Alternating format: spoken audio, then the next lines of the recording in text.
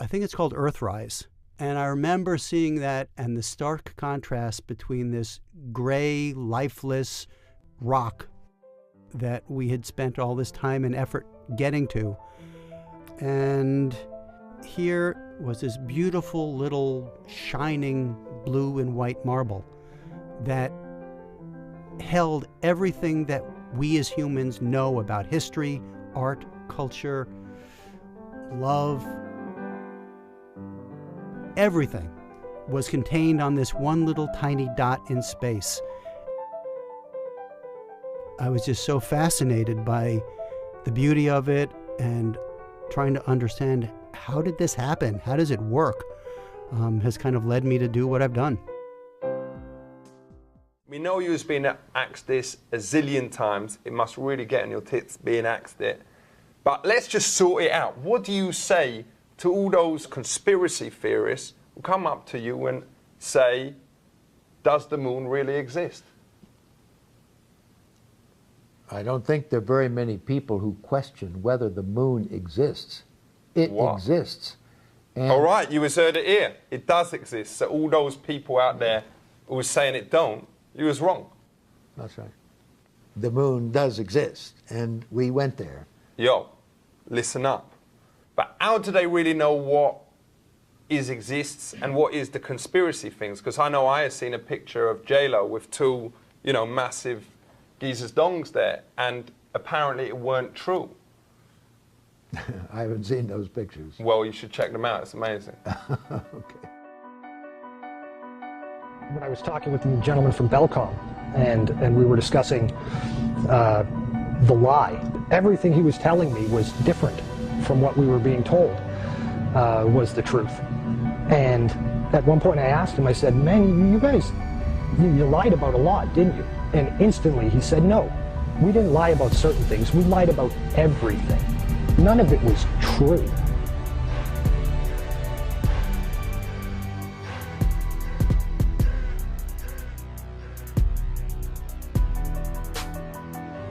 Proceed this way. Yes, and proceed this way.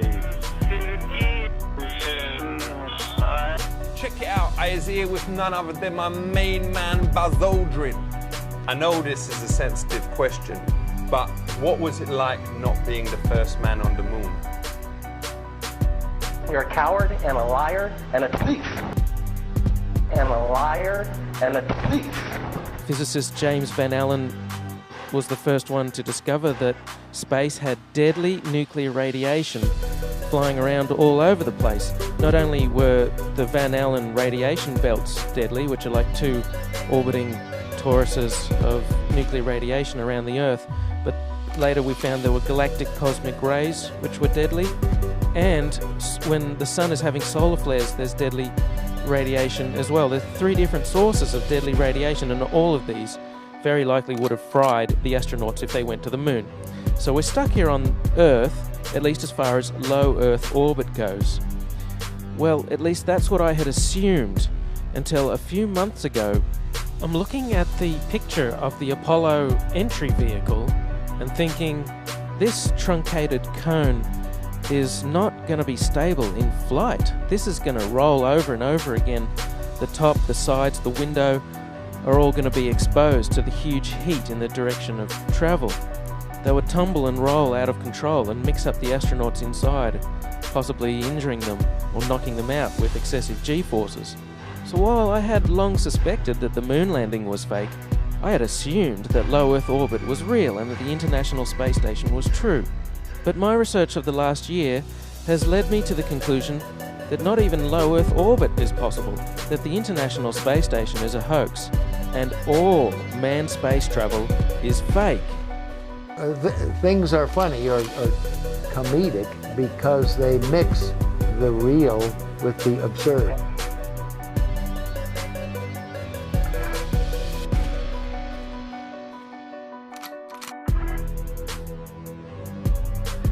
Wilmore at the Tranquility module using a pistol grip tool to unscrew 4 bolts holding this non-propulsive valve in place that will provide the proper clearance for the relocation of the permanent multi-purpose will be relocated in the June timeframe. Once this valve is removed, Wilmore will install a protective plate over that location that will be flush to the surface of the Tranquility module.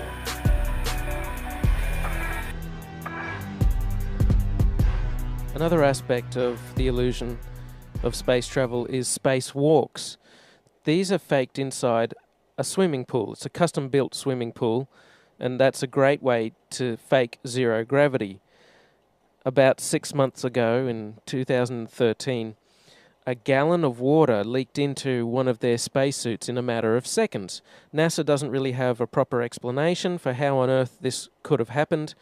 There shouldn't be water leaking into someone's helmet and a person almost drowning in space. How can you drown in space? They now wear snorkels to make sure that they don't drown in space. How can this be happening? A snorkel in space?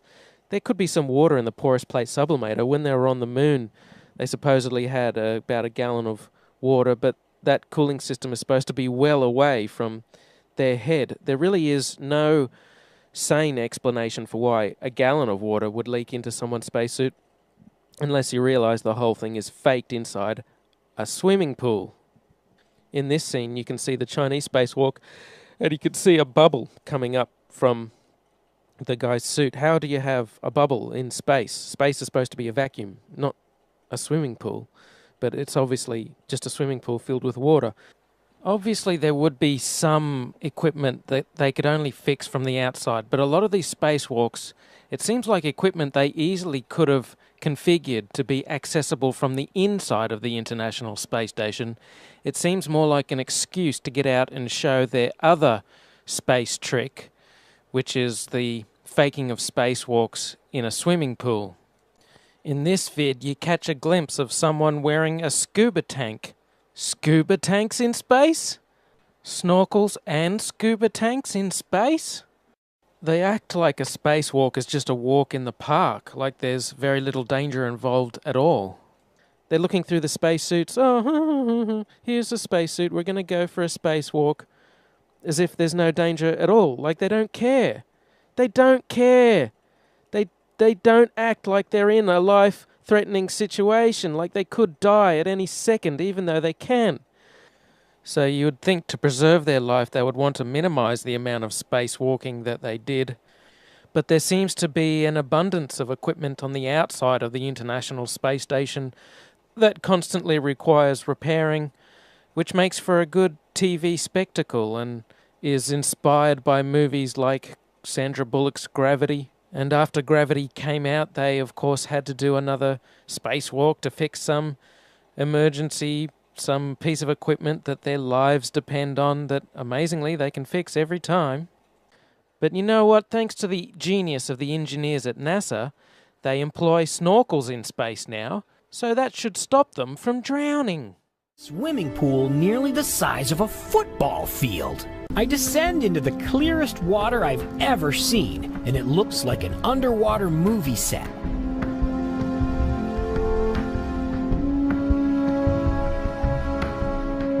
The pool is a staggering 40 feet deep, and everywhere I look are full-size replica sections of the International Space Station. Once weighted properly, the astronauts hover in the water as if floating in the weightlessness of space. The test conductor and team speak directly to the astronauts through the communications gear in their helmets. The point of all this effort is to provide a learning environment for astronauts where they can practice tasks over and over in simulated zero gravity before they're required to do it by themselves in space. A spacesuit is designed to have more pressure on the inside than on the outside, since it's effectively inflated like a balloon in space. Here in the NBL, that pressure is backwards. Water is definitely not a vacuum. In order to keep the water pressure from squishing the astronauts as they go deeper, the suits are inflated to a pressure just a few psi higher than the surrounding water. When an astronaut goes deeper into the pool, the water pressure pushes in on the suit and tries to compress it, so the suit is given more internal pressure to keep it inflated correctly. As the astronaut ascends towards the surface, the air inside the suit expands and tries to overinflate the suit, so some of the air is released. In this way, the suit always stays inflated just as it would be in space. Woo! That is the coolest swimming pool ever. Later, I have the opportunity to meet Ron Garan, a real astronaut. He has spent nearly half a year in space and more than 27 hours spacewalking. So you know what I had to ask him. You gotta tell me what it's like to be in space. What's it like to be in space? Well, it's a lot like being in the pool here. You know, there's two ways to look at it. One is that when we were flying the shuttle, we had very, very specific, very choreographed spacewalk. Lightning experience.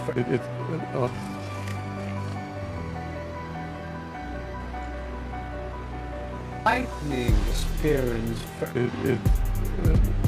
Proceed this way. Yes, and proceed this way. Yes, and proceed this. I've got a joke about space. You want to hear it? There's a monster from outer space who is going on a trip around the universe, and him goes to the travel booker to book like a hotel on the moon, and the travel booker goes, "You can't go to that hotel because the moon is full." That's pretty good. That is dumb. That's weird.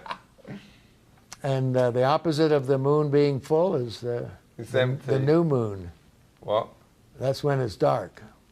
I thought it's funny because it means he's like full. He's like been eating. I know. Eating stuff. He's all well full and everything. No, the hotel is full. So, but why is it funny? Because the hotel is full. I wasn't sure that it was funny. You said it was funny. Why is it funny again? Things are funny or comedic because they mix the real with the absurd. No doubt. And you took the moon, which is real, and the term full. And you full. Yeah. You applied that to either the hotel being full or the person being full. And that's an absurd condition, and that's what makes something funny, where you mix the absurd with the real. Wicked. So listen up. You has heard about the moon and about space. You better learn about these things from my man Buzz Lightyear here. So you better realize that these things is important. Big up yourself. And a thief. Big up yourself. Buzz, keep it real. Eagle, you're looking great. Coming up 9 minutes. In 1972, we saw our home in a new way. Apollo 17 astronauts snapped this picture. Actually, they snapped a lot of pictures. It crystallized so much about the environmental movement at the time. It gave people the first look at their home planet as a single entity.